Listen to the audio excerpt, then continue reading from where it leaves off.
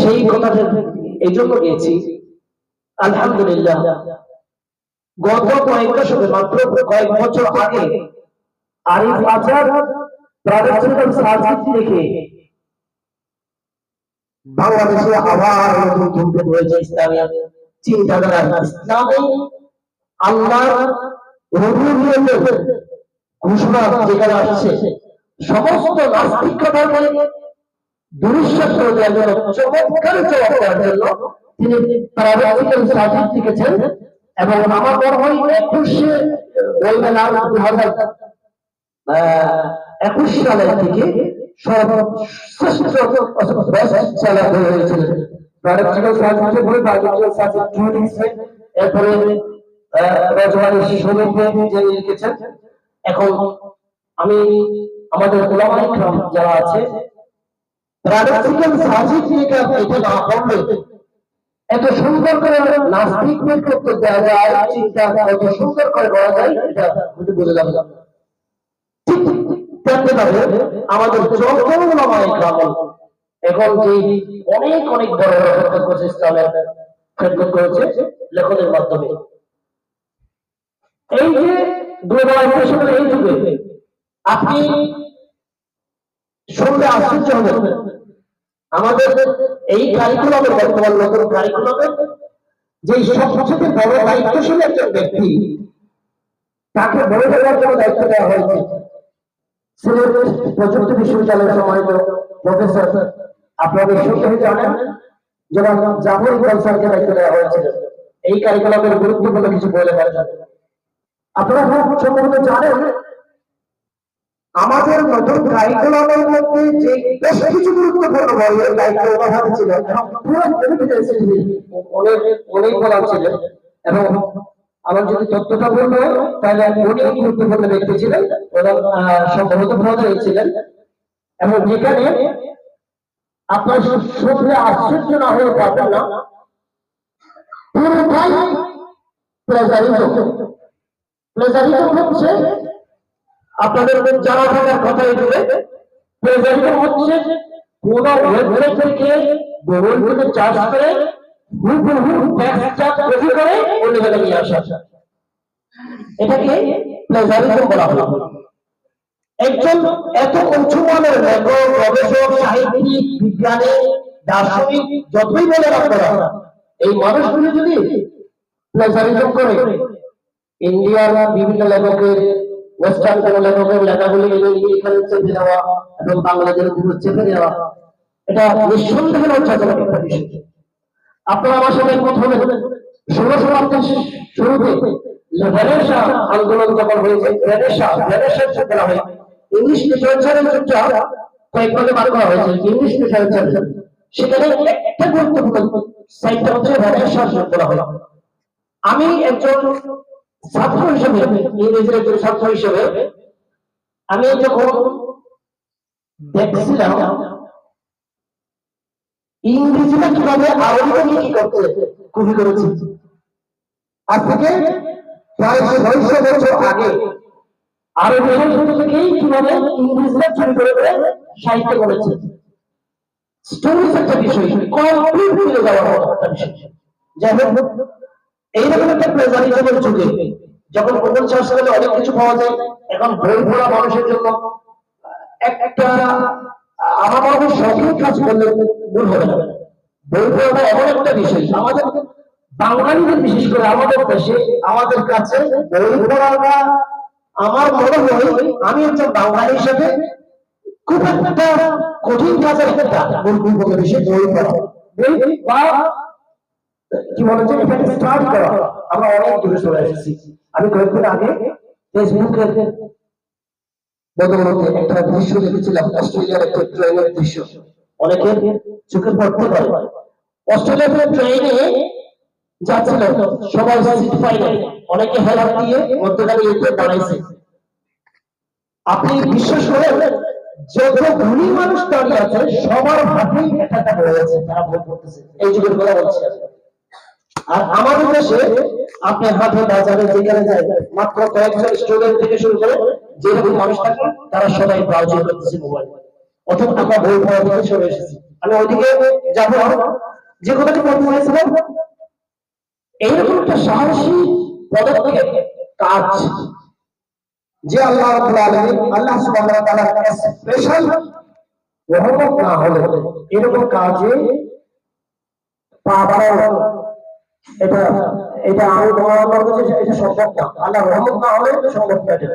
এটা অনেকেই অনেক কথা বলতে পারে।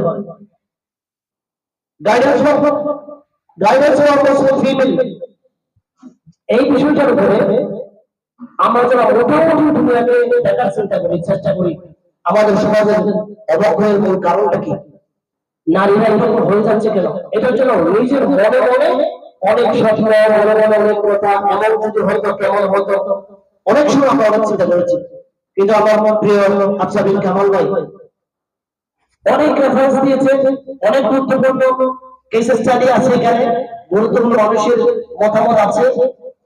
এই সমাজে আমাদের ফিমেলদের জন্য কিরকম গাইডেন্স থাকলেই মূলত আমরা নৈতিক চরম অবক্ষয় থেকে বাঁচাতে পারবো, সেই বিষয়টা মূলত তুলে ধরা হয়েছে।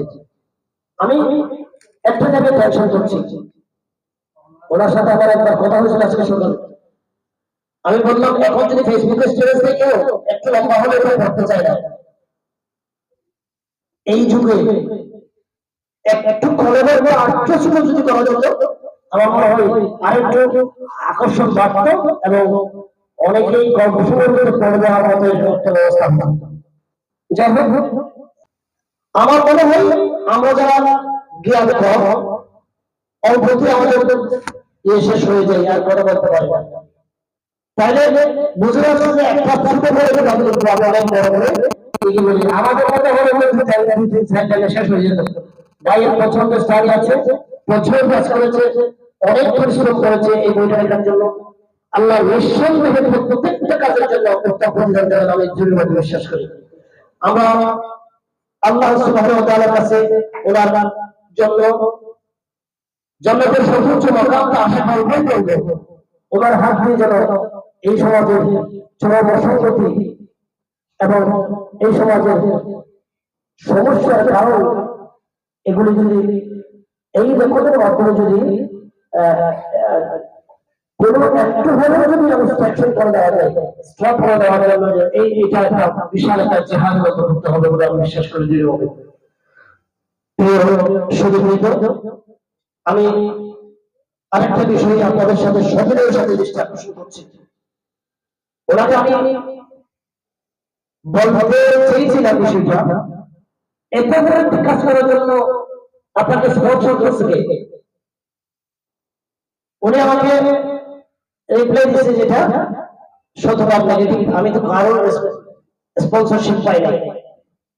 তাইলে কোন স্পন্সরশিপ ছাড়া এই কাজটা করেছে, আমি দৃঢ়ভাবে বিশ্বাস করি এই দেশের সকল মানুষ যদি নিজের মনের ভিতর থেকে স্পন্সর হয়ে যায়, যেটি কথা উৎসাহ দেওয়ার কথা বলেছে, ভিন্ন ভাষায় বলেছে। আমি সবাইকে প্রত্যেক পরিবারে প্রত্যেক পরিবারে প্রত্যেক আমি আজকে এই প্রভাবের মধ্যে দিই, এবং প্রত্যেক পরিবারে একটা কারেকশনে রাখার মতো একটা বই, এবং তাদের আইডিওলজি কনসেপশন পুরোটাই চেঞ্জ হয়ে যাবে যদি মন দিয়ে পড়ে। দুর্ভাগ্যের কথা আবারও বলেছি আমি, এই পাহাড় কেটে ওইদিকে কথা বললে আমাদের কষ্ট লাগে না, কিন্তু কিছু পড়তে বললেই সেটা আমাদের অনেক কষ্টের কারণ হয়ে যায়। আল্লাহ সুবহানাহু ওয়া তাআলা কোরআনে বলেন ফাসআলু আহলা যিকরি ইন কুনতুম লা তা'লামুন, বলে যেতে হয় না। এবং হাল ইয়াস্তাবিল লাযীনা ইয়া'লামুনা ওয়াল লাযীনা লা ইয়া'লামুন, নিঃসন্দেহে যারা জানে এবং যারা জানে না এরা কি এক হতে পারে? অবশ্যই না। এক্ষেত্রে আমাদের কাছে যে গুরুত্বপূর্ণ আজকে এই প্রোগ্রামটা, আপনাকে কল্পনা করতে পারছেন একটা প্রোগ্রামে আমাদের মতো অজপাড়া গ্রামে ছোট কারো খেটে খাওয়া চাকরিজীবীরা এরকম প্রোগ্রামে আসে? আমি তো কল্পনাই করতে পারি না। আমি যে জীবনে প্রথম আসছি এটা আমাদের কারণ এইরকম মরু উন্মোচন প্রোগ্রাম হবে বাংলা একাডেমি প্রাঙ্গণে, মরু উন্মোচন প্রোগ্রাম হবে শহরে বিশাল চাহিদা কি বলছে এরকম অনেক বিশাল পাবলিক লাইব্রেরিতে বিরাট প্রোগ্রাম হবে।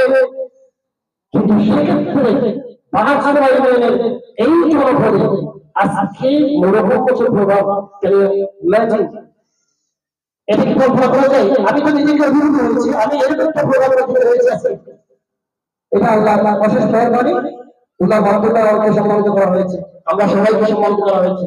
আপনারা আজকে যারা এখানে আসছেন এই সিরিজটা সিম্পল একটা সিরিজ না, আপনি গাইডেন্স ফরমেশন দিবেন, এই অনুষ্ঠানে আপনি একজন অতিথি ছিলেন। এটা তো চারটিখানি কথা বলবো। হ্যাঁ, আমাদের জন্য এটা চারটিখানি বিশেষ, কারণ আমরা এই লেখনের সাথে বইয়ের সাথে বই পড়াশোনার সাথে এটা আমাদের সাথে এটা অ্যাট্রাকশন এগুলো করে না। এই জন্য এটা আমাদের জন্য একটা ছোটখাটো একটা প্রভাব হয়েছে। আমি জীবনে সবার মধ্যে সেমিনার প্রোগ্রাম ওয়াজ মাহফিল থেকে শুরু করেছি। আমি দৃঢ়ভাবে বিশ্বাস করি এবং আমি অকুণ্ঠ চিত্তে বলি আজকের মতো বড় প্রোগ্রাম আমার জীবনে আমার এই বয়সে আমি আমার জীবনের শ্রেষ্ঠ প্রোগ্রাম, আমার জীবনের শ্রেষ্ঠ অনুষ্ঠান। কারণ এইরকম প্রোগ্রামে আমার বাবা গেছে এটা যাই না, আমি চাই না, এটা আমার কাছে চিরস্মরণীয় হয়ে থাকবে। প্রিয় সুধী বন্ধুগণ, আমি আমার অন্তঃস্থল থেকে সর্বোচ্চ মুবারকবাদ জানাচ্ছি এই জন্য আল্লাহ যেন আফসার বিন কামাল ভাইকে ওনার লেখনে যেন আরো অনুদান হয়, এটার জন্য আরো নতুন চিন্তা গবেষণা হয়ে আরো নতুন বই হয়ে এই অঞ্চলের জন্য নয়, সারা বিশ্ববাসীর জন্য, মুসলিম উম্মাহর জন্য একটা প্রদর্শন হবে। এবং এই কামনা করছি আল্লাহ তাআলা ওনার লেখনীকে, ওনার চিন্তা শক্তিকে আরো উন্নত করে দেয়, আরো ডেভেলপ করে দেয়, এলমুল মিডিয়ামের মাধ্যমে, স্পেশাল আসমানি রহমতের মাধ্যমে যারা ওনাকে আরো বেশি প্রজ্ঞা দান করে যেন জাতিকে কিছু লিখে দিয়ে আরো পরবর্তী পদক্ষেপ নিতে পারে। প্রিয় সহোদরী, আমি আর কথা বাড়াবো না, আল্লাহর কাছে ওনার জন্য সুস্বাস্থ্য কামনা করছি, ওনার এই বইয়ের সফলতা কামনা করছি। এই বইয়ের সফলতার পিছনে আমি আমারও সবিনয় অনুরোধ করছি এই অঞ্চলের প্রত্যেকটা মানুষ যেন এই বইটা পায়, এই প্রয়াসটুকু এই